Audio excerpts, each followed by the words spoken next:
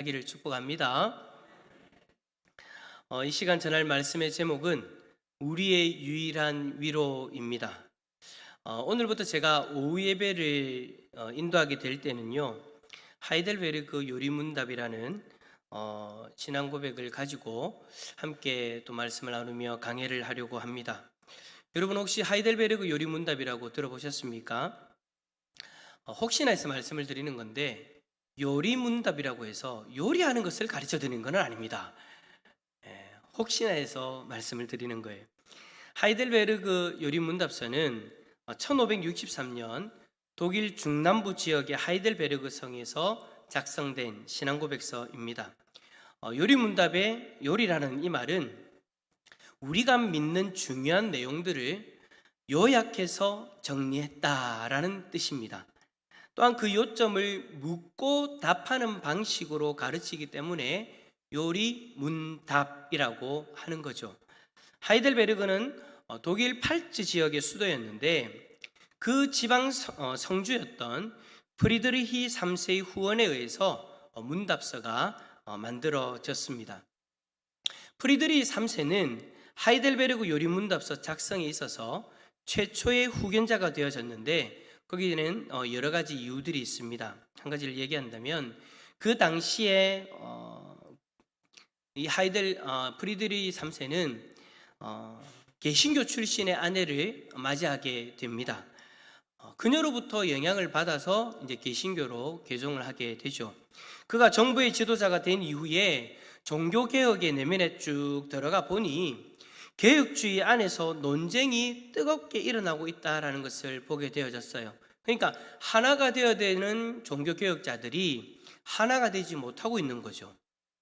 가톨릭으로부터 분리되어져서 나왔는데 하나된 모습으로 그들이 가톨릭과 함께 대항하면서 싸워야 되는데 하나된 모습을 못하고 있으니 그것을 프리드리히 3세가 보고 마음이 안타까웠던 겁니다. 그래서 이러한 논쟁을 중지하고 가르침의 통일과 교회 연합과 일치를 목적으로 하기 위해서 루터파와 개혁파 교회 모두에게 유효한 연합적인 성격을 띤 신앙 문답서를 만들게 합니다.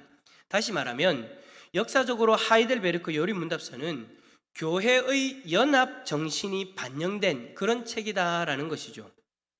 프리드리히 3세는 이 일을 하이델베르크 대학의 교리 교수였던 우르시누스에게 부탁을 합니다. 우르시누스는 존 칼빈과 교류를 하면서 개혁주의의 영향을 많이 받게 되는데요. 특히 성만찬의 가르침에 감명을 받고 그 가르침을 받아들이게 되죠.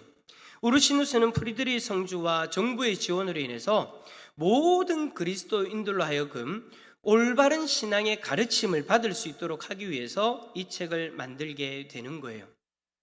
우르시누스의 집필은 두 가지 버전으로 기한이 되어지는데 그것은 323개의 질문과 대답으로 되어져 있는 독일어 버전과 그리고 108개의 문답으로 되어져 있는 라틴어 버전입니다. 오늘날 우리가 한국으로 들여와서 함께 한국교회에 전파한 문답은 이 라틴어 버전을 129개의 문답으로 정리를 해서 우리가 보고 있는 거죠. 이제 저와 여러분이 함께 이 129개의 문답을 살펴보면서 신앙의 깊은 정수를 경험해 보고자 합니다. 여러분, 오늘 하루에 129개를 다 하는 건 절대 아니에요. 오늘 우리가 다 하는 것이 아니라 하루에 제가 오후 예배를 할 때마다 한 문답씩을 우리가 보게 되어진다라는 거예요. 그러니까 간절히 바라기는 오후 예배 빠지지 마시고 함께 이 신앙의 징수를 경험할 수 있기를 축복합니다. 우리 옆에 있는 분에게 그렇게 고백할까요? 오후 예배 꼭 봅시다. 시작. 예, 이제 저도 하고 우리 전도사님도 하고 그렇게 이제 교대로 오예배 설교를 하게 될 테지만 어쨌든 오예배 여러분 우리가 식사는 하지 않지만 다시 예전의 모습으로 돌아갔으면 좋겠어요. 근데 오늘 보니까 너무 감사하네요. 너무 오늘 또 많이 나오셨는데 다음 주에도 많이 나오시고 또 그 다음 주에도 나오셔서 우리가 이 하이델베르그 요리문답은 우리가 오예배를 통해서 다 뗄 수 있기를 축복합니다. 자, 그러면 오늘은 하이델베르그 요리문답의 첫 번째 질문입니다. 생사간에 있어서 당신의 유일한 위로는 무엇입니까? 여러분들 중에는 하이델베르그 요리문답이라고 하니까 좀 딱딱한 그런 질문이지 않을까 여러분들 생각하실 수 있는데요. 첫 번째 질문을 보니까 그렇게 딱딱한 것이 아니죠. 첫 번째 질문이 우리에게 아주 친근하게 다가옵니다. 여러분, 우리는 위로가 필요한 존재예요. 그죠? 우리 중에 위로가 필요 없는 존재가 누가 있겠습니까? 다 위로가 필요합니다. 현실적인 문제예요. 우리의 현실적인 고민이에요. 내가 누구에게 위로를 받을 수 있을까? 어디에 가서 위로를 받을 수 있을까? 우리는 어떤 일을 할 때마다, 어떠한 상황에 처할 때마다 그 위로를 받기를 원하고 그 위로를 받는 것을 찾아 헤매기도 합니다. 그래서 이 위로 받는 거 참 너무나도 중요한 거예요. 여러분, 생사간에 있어서 여러분에게 위로는 무엇입니까? 여러분은 무엇을 통해서 위로를 받으십니까? 이 질문에 여러분들은 무엇이라고 대답하실 수 있으실까요? 지금 여러분들의 한번 삶을, 여러분들의 모습을 한번 살펴보았으면 좋겠습니다. 요즘 여러분은 무엇을 통해 위로를 받으십니까? 가족을 통해서 위로를 받으시나요? 남편, 아내, 자녀, 손주? 자녀들의 삶을 통해서, 가족들을 통해서 위로를 받으시려고 하는 분도 계실 것이고, 아니면 여러분에게 건강, 돈, 자동차, 땅, 취미생활, 어떤 그런 것들을 통해서 여러분들이 위로를 받고자 하는 그런 모습들도 있을 거예요. 저는 솔직히 요즘에 그냥 어떤 인간적인 모습으로 놓고 봤을 때 저도 위로를 받으려고 하는 것이 하나 있습니다. 제가 여러분들한테 지나가면서 매번마다 던지는 말이 하나 있죠. 오늘 커피 어때요? 오늘 커피 어때요? 저는요 요즘에요 여러분들이 커피가 맛있다고 할 때마다 위로를 받습니다. 아시다시피 제가 커피를 요즘에 새벽기도 마친다든지 시간이 날 때마다 조금씩 볶잖아요. 그 볶은 거를 여러분들에게 이제 여러분들을 섬기고 있는 거예요. 오늘 제가 그 준호한테 이제 빨리 오라고. 오늘 목사님 커피 먹어보니까 오늘 아침에 먹으니까 너무 맛있다고. 니 한번 먹어봐라고. 그래서 준호한테 커피를 먹어보라 했어요. 준호가 딱 이제 커피를 뽑아가 딱 마시려고 하길래 제가 어떻게 했길래 다 맛있니? 맛없니? 대답을 듣고 싶어서 딱 보고 있었어요. 준호가 뭐라는 줄 압니까? 하여튼 경상도 남자들이란 딱 한 잔 딱 입 딱 대더니 목사님 뜨거워요.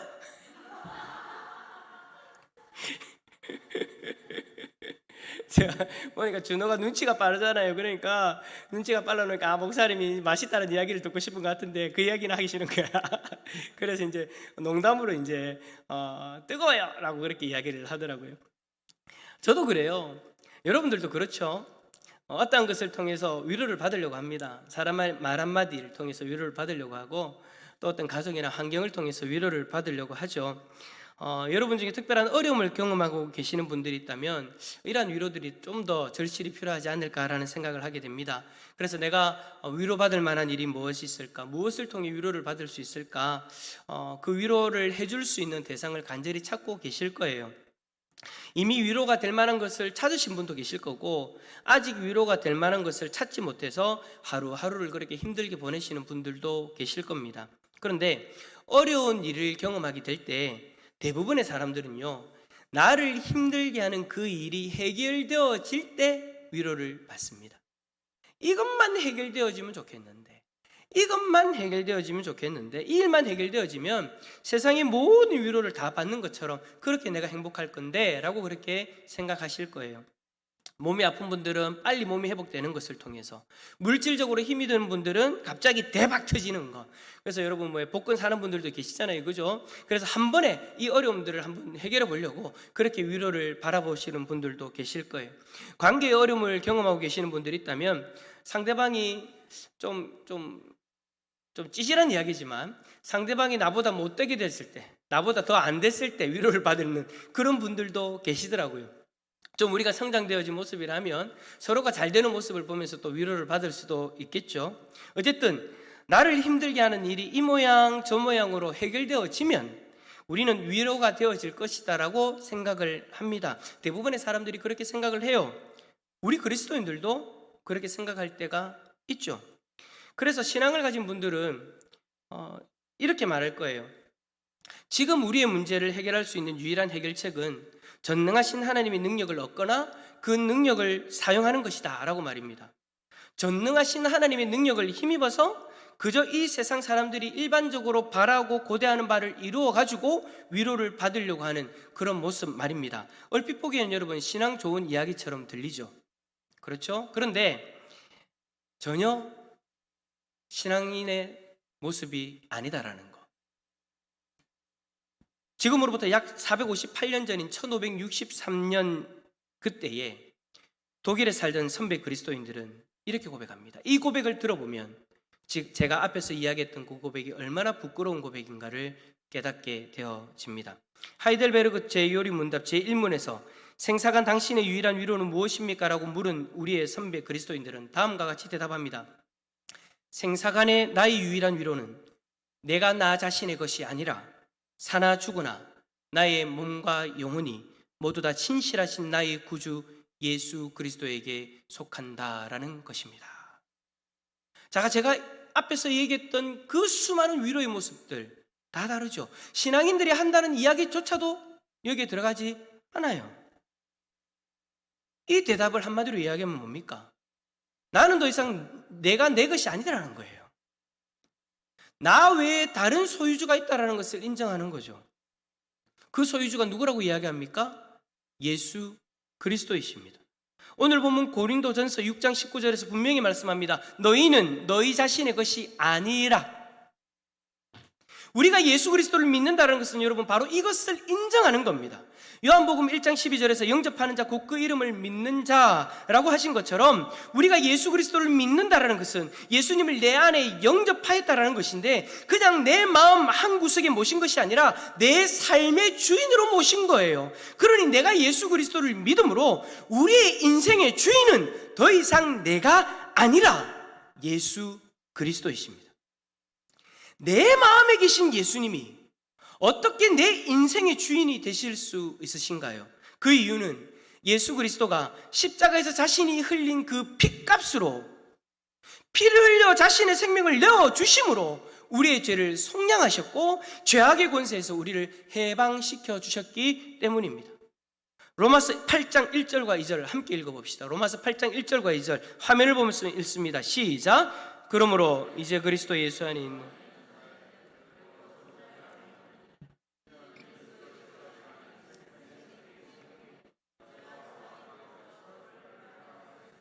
아멘. 죄로 인해 죽은 우리를 자신의 피로 살려주셨으니 우리 인생의 주인은 더 이상 내가 아니라는 거예요. 누구라고요? 우리를 살리신 예수 그리스도인 거죠. 그 예수님이 우리에게 성령 하나님을 보내주셨습니다. 성령 하나님은 우리의 영원한 삶을 보증하시고 주님 안에서 새로운 삶을 살도록 은혜를 베풀어주고 계시는 거예요. 고린도후서 5장 17절 그런즉 누구든지 그리스도 안에 있으면 새로운 피조물이라 이전 것은 지나갔으니 보라 새 것이 되었도다. 우리는 이제 이전과 같이 세상의 방식으로 사는 사람들이 아닙니다. 우리는 세상의 것으로 위로받는 존재가 아니라는 얘기예요. 이전에는 내가 내 문제가 해결되어져야 위로를 받을 수 있는 존재였습니다. 돈이 있어야 위로를 받을 수 있고 건강해야 위로받을 수 있고 아무 일 없어야 위로받을 수 있는 존재였어요. 하지만 이제는 아니라는 거예요. 이제는 그리스도 안에서 새로운 피조물입니다. 저와 여러분의 이전 것은 지나갔어요. 세상에서 위로받으려고 하는 그 이전의 모습은 지나갔어요. 이제는 세상에서 이야기하며 세상에서 구하는 것들로 위로받는 존재들이 아닙니다.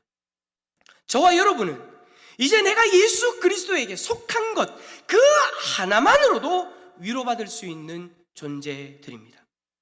우리가 그리스도께 속한다는 이것이 여러분 왜 우리에게 유일한 위로가 될까요? 목사님 좀 다른 거 실질적인 건 이야기해 주세요. 다른 건 뭔가 손에 잡히는 거 이야기해 주세요. 왜 예수 그리스도가 우리에게 유일한 위로가 됩니까? 라고 그렇게 질문할 수 있죠. 어떻게 해서 이 단순한 말이 이 모든 상황 가운데서 우리의 최대의 위로가 될 수 있냐라는 거예요. 그 이유는 우리가 그리스도의 것이니 우리의 존재와 그 모든 것에 대해서 그 소유주 되시는 예수 그리스도께서 책임져 주시기 때문입니다. 할렐루야. 만일 내가 나의 것이고 우리가 자신에게만 속한다면 우리는 우리들에게 있는 그 모든 문제에 대해서 스스로 책임져야만 합니다. 문제가 발생해도 그 모든 것을 다 혼자서 책임을 져야 되는 거예요. 또한 자신의 지혜와 힘에 의존하고 그것으로 안 되면 주위 사람들의 힘에 의존해서 그 모든 것을 해결하려고 합니다. 그게 우리의 이전의 모습이에요. 그러니 여러분, 이 얼마나 힘겹고 어려운 삶이겠습니까? 이런 삶의 결국은 뭡니까? 결국 절망일 수밖에 없는 거예요.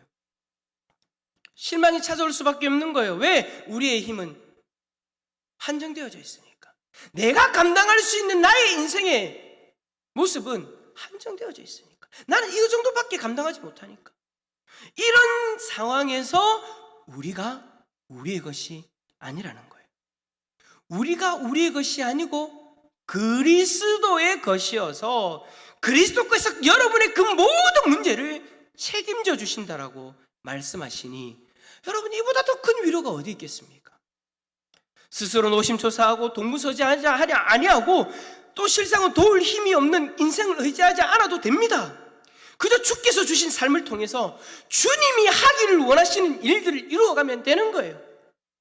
나에게 주어진 삶에 최선을 다하면서 결과는 주님께 맡기고 나아가면 된다라는 거죠. 여러분의 인생이 실패한 모습이 있는 것 같습니까? 우리가 예수님의 것이라는 의식이 확실한 가운데에서 예수님을 의지하면서 걸어가면은요, 우리 삶의 주인 되시는 그 예수님이 책임져 주시고 인도하시기 때문에 실패는 더 이상 나를 주저앉게 만드는 일이 아닙니다. 여러분이 실패했다고 생각하고 주저앉아 있는 모습들이 있죠. 여러분들이 실패했다고 내 인생이 실패한 것이라고 생각하고 포기한 것들이 있죠. 그 죄책감으로, 실패한 그 죄책감으로 살아가는 그 모습들이 있잖아요. 그런데 예수 그리스도가 나의 주인이 되어주시면 우리의 실패는 더 이상 여러분들이 생각하는 실패가 아니더라는 거예요. 이제는 실패가 아니라 실패가 이제는 또 다른 주님의 일을 바라보게 만드는 발판이 되어지는 줄 믿습니다. 왜요? 주님은 반드시 나를 붙들고 실패한 나를 이끌고 주님의 뜻을 이루어 가시기 때문입니다. 내 인생의 주인이 예수 그리스도이기 때문에 예수 그리스도에게는 실패가 없기 때문입니다. 실패라는 기준은 세상의 기준이요. 실패라는 기준은 나의 기준이지 예수님의 기준이 아닙니다. 여러분이 실패한 것 같아도 여러분의 손을 붙들고 계시는 예수님은 실패하지 않았습니다. 주님의 뜻을 이루기 위한, 주님이 목표한 바를 가기 위한 과정 속의 한 부분인 것이죠. 예수님은 결단코 자신의 소유를 망하게 하지 않습니다. 자신의 소유를 비참하게 만들지 않습니다. 왜? 우리는 예수님이 자신의 핏값으로 사신 자신의 소유이기에 예수님이 처음부터 끝까지 다 책임져 주시는 거예요. 그러니 내가 예수 그리스도에게 속한다는 것보다 더 큰 위로는 없다라는 것입니다. 사랑하는 성도 여러분, 저와 여러분이 예수 그리스도를 믿는다면 우리의 이전 것이 지나갔음을 인정할 수 있기를 바랍니다. 세상의 방법으로, 세상의 성공으로 위로를 받는 우리의 삶은 이미 우리를 떠난 거예요. 왜 자꾸 이전에 지난 것에 얽매여가지고 아직도 그러한 기준으로 살아가려고 하십니까? 그러니 힘든 거예요. 여러분의 이전 것은 이제 다 지나갔어요. 그렇다면 우리는 더 이상 세상의 것으로 위로받기 위해서 애를 쓰면 안 되는 것이죠. 이제 우리는요, 우리 인생의 주인 되시는 예수 그리스도에게 속하였다라는 것으로 위로받을 수 있어야 됩니다. 보통 사람들은 당신의 유일한 위로가 무엇입니까? 라는 질문에 예수 그리스도에게 속한 것이요 라고 그렇게 이야기하는 것을 감히 상상도 하지 못합니다. 위로하고 예수 그리스도에게 속한 것하고 어느 누가 상상할 수 있겠습니까? 어떻게 예수 그리스도에게 속한 것이 위로가 되냐고 세상 사람들은 우리에게 따져 물을 것입니다. 하지만 저와 여러분은 이제 그들의 그 이야기 앞에서 이것이 당연한 것으로 이야기할 수 있는, 떳떳하게 이야기할 수 있는 사람들이 되어졌습니다. 이제는 우리가 세상 사람들에게 도리어 질문할 수 있어야 됩니다. 도대체 바람의 등불과 같은 그런 것들을 통해서 어떻게 위로를 받으려고 하냐고. 손에 쥐어도 빠져나가고 내가 도달해도 자꾸만 나로부터 멀어지는 그것을 통해서 왜 위로를 받으려고 하냐고. 어떻게 그것을 통해 위로를 받을 수 있냐고. 우리가 오히려 더 질문해야 됩니다. 그리고 우리의 위로가 되시는 예수님은 나를 위해 자신의 생명을 내어주셨고 자신의 핏값으로 우리를 구원하셔서 내 인생의 주인이 되어주셨다. 내 인생의 주인이신 예수 그리스도가 내 인생을 붙들어 주시고 책임져 주시고 이끌어주고 계신다. 할렐루야. 이제는 이것이 나에게 위로가 되어지는 것이라고. 내가 예수 그리스도에게 속하여 있기 때문에 이것이 나에게 위로가 되어지는 것이라고. 내가 비록 지금 고통의 길을 걸어간다 할지라도 나는 예수 그리스도에게 속한 것이기 때문에 나는 이것이 위로가 되어진다고. 돈이 좀 없어도 나는 예수 그리스도에게 속한 것이기 때문에, 건강을 좀 잃어도 나는 예수 그리스도에게 속한 것이기 때문에, 사람들이 나를 따라도 나는 예수 그리스도에게 속한 것이기 때문에 나는 이것이 위로가 되어진다. 우리도 당당하게 선포할 수 있는 우리 모든 성도님들 다 될 수 있기를 축복합니다. 이 위로가 진실로 저